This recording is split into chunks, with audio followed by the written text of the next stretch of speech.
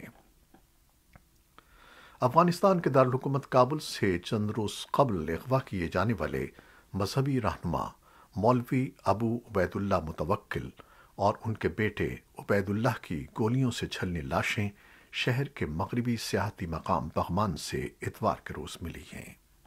مولوی متوکل اور ان کے بیٹے کو نامعلوم مسلح نقاب پوش افراد نے چند روز قبل گھر سے اغوا کیا تھا۔ افغانستان میں نومبر سن 2001 میں طالبان حکومت کے بعد سیاسی عمل کی حمایت کرنے والے مولوی ابو عبید اللہ متوکل کا شمار ان چند ایک مذہبی شخصیات میں ہوتا تھا جو سابقہ حکومت کے پالیسیوں پر تنقید کرتے رہتے تھے۔ طالبان کے ترجمان ذبیح اللہ مجاہد نے جاری کردہ بیان میں اس واقعے سے لا تعلق ظاہر کرتے ہوئے کہا ہے کہ یہ شرپسندوں کی کارروائی ہو سکتی ہے، تاہم انہوں نے کہا کہ اس واقعے میں ملوث افراد کی تلاش جاری ہے اور ان افراد کو بہت جلد گرفتار کر کے قرار واقعی سزا دی جائے گی۔ امریکہ کے chairman joint chiefs of staff general mark ملی نے خبردار کیا ہے کہ افغانستان میں خانہ جنگی ہو سکتی ہے اور ایسی صورت میں دہشت گرد گروپ دوبارہ سر اٹھا سکتے ہیں۔ امریکی نشریاتی ادارے فاکس نیوز سے گفتگو کرتے ہوئے جنرل مارک ملی نے کہا کہ افغانستان میں جو کچھ ہو رہا ہے اس تناظر میں میرا عسکری تجربہ کہتا ہے کہ ملک خانہ جنگی کی طرف بڑھ رہا ہے۔ انہوں نے سوال اٹھایا کہ طالبان جنہوں نے ابھی تک حکومت کا اعلان نہیں کیا وہ مضبوط اقتدار اور مؤثر حکمرانی کے قابل ہوں گے۔ خبر رساں ادارے اے ایف پی نے رپورٹ کیا کہ جنرل مارک ملی کا کہنا تھا کہ مجھے لگتا ہے کہ وہاں بڑے پیمانے پر خانہ جنگی کا زیادہ امکان ہے اور اس کے نتیجے میں ایسے حالات پیدا ہوں گے جو حقیقت میں القاعدہ کی تشکیل نو یا داعش یا دیگر دہشت گرد گروپس کے پروان چڑھنے کا سبب بن سکتے ہیں۔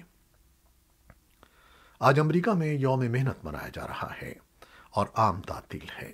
ستمبر کے پہلے سوموار کو امریکہ میں یوم محنت منایا جاتا ہے جو اس کے کارکنوں اور امریکہ اور اس کے معاشرے کی کامیابیوں میں ان کی خدمات کے اعتراف کا دن ہے۔ یوم محنت کی تعطیل کا تعلق 19ویں صدی سے ہے جو عظیم صنعتی ترقی کا دور تھا جب بڑی تبدیلیاں رونما ہوئیں۔ پاکستان میں آج یوم دفاع منایا جا رہا ہے اور اس سلسلے ملک بھر میں تقریبات کا انعقاد بھی کیا جا رہا ہے۔ ملک دفاع کے لیے جانیں قربان کرنے والوں کو خراج عقیدت پیش کیا جا رہا ہے اور ریڈیو اور ٹی وی چینلز قومی نغمے پیش کر رہے ہیں۔ ملک میں دہشت گردی اور دیگر خطرات سے نمٹنے کے لیے ماضی میں قائم نیشنل کرائسس مینجمنٹ سیل کو national crisis management information cell کے نام سے دوبارہ قائم کر دیا گیا ہے۔ وزیر داخلہ شیخ رشید احمد کا کہنا ہے کہ تمام اداروں کو ایک ہی چھت کے نیچے لایا جائے گا۔ ان کا کہنا تھا کہ اس ادارے کا سیکریٹریٹ قائم کر دیا گیا ہے اور آئندہ چند دن میں وزیر اعظم عمران خان اس کا افتتاح کر دیں گے۔ ماضی میں یہ ادارہ ملک بھر میں دہشت گردی کے خلاف اقدامات اور بلوچستان میں فوجی آپریشن کو کنٹرول کرتا رہا ہے۔ ماہرین کا کہنا ہے کہ اس ادارے کے قیام سے ملک میں دہشت گردی کے خلاف مختلف اداروں کی مشترکہ کاوشیں بہتر نتائج دے سکتی ہیں۔ پاکستان کرکٹ بورڈ نے تصدیق کی ہے کہ قومی کرکٹ ٹیم کے ہیڈ کوچ مصباح الحق اور بولنگ کوچ وقار یونس اپنے عہدوں سے دستبردار ہو گئے ہیں۔ پی سی بی کا کہنا ہے کہ نیوزی لینڈ کے خلاف سیریز کے لیے ثقلین مشتاق اور عبدالرزاق بطور عبوری کوچز ذمہ داریاں نبھائیں گے۔